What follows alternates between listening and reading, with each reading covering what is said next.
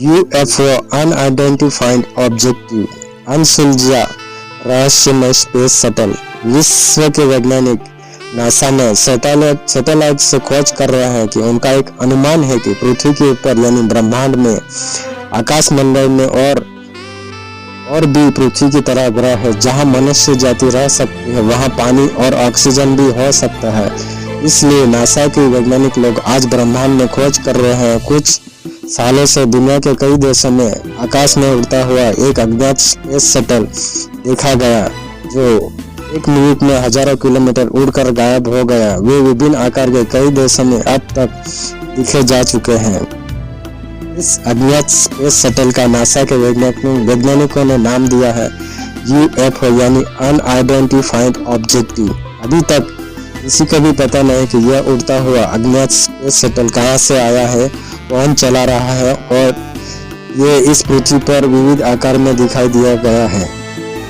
इसलिए वैज्ञानिकों ने उसका नाम यूएफओ रख दिया है। आज नासा के वैज्ञानिक बहुत ही बारीकाई से करोड़ों रुपयों का खर्चा करके पूरे ब्रह्मांड में सैटेलाइट के जरिए विविध प्रकार के उपग्रह के ऊपर खोजबीन कर रहे हैं।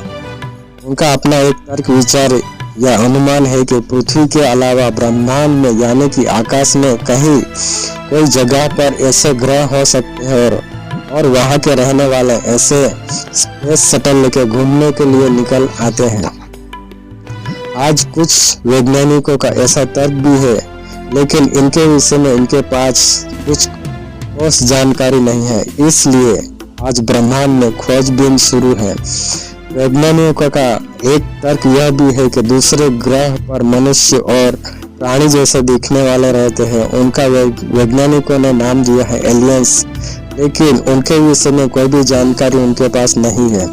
नासा के मुख्य वैज्ञानिक ने एक चेतावनी दी थी कि ये एलियंस वे मानव जाति के लिए खतरनाक हो सकते हैं। ये हजारों की संख्या में स्पेस शटल लेके बैठकर घूमते हैं और वे मनुष्य जाति पर हमला करके उन्हें नुकसान भी पहुंचा सकते हैं।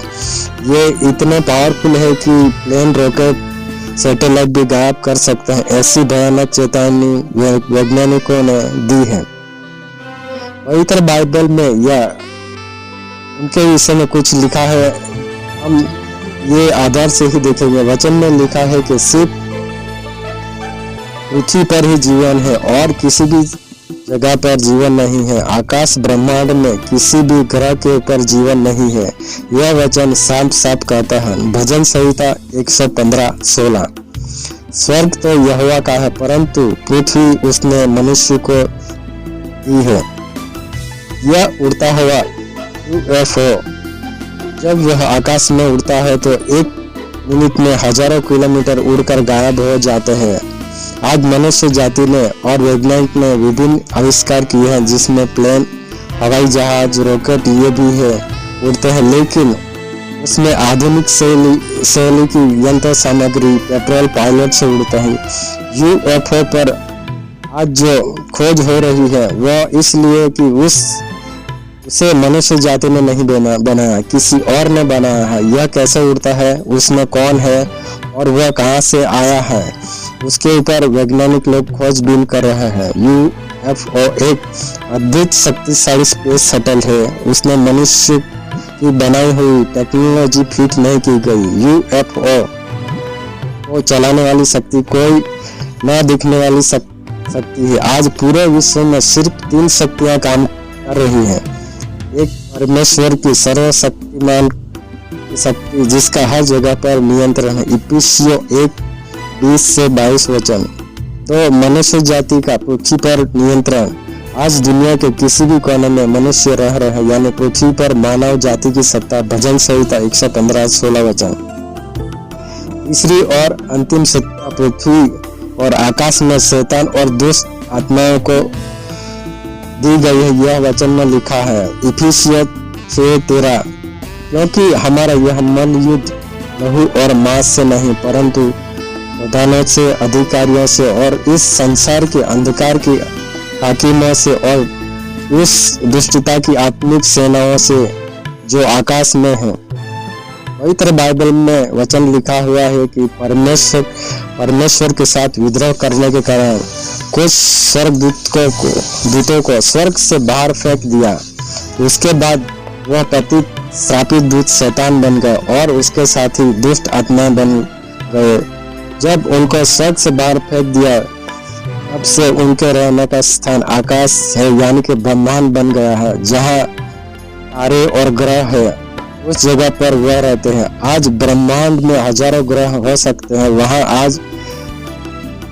वहाँ वैज्ञानिक या मनुष्य अपनी बुद्धि से नहीं पहुंच पाए। इनको जिंदा रहने या खाने पीने के लिए ऑक्सीजन की जरूरत नहीं पड़ती। उनका उद्देश्य एक ही है, मनुष्य जाति को नाश में ले जाना।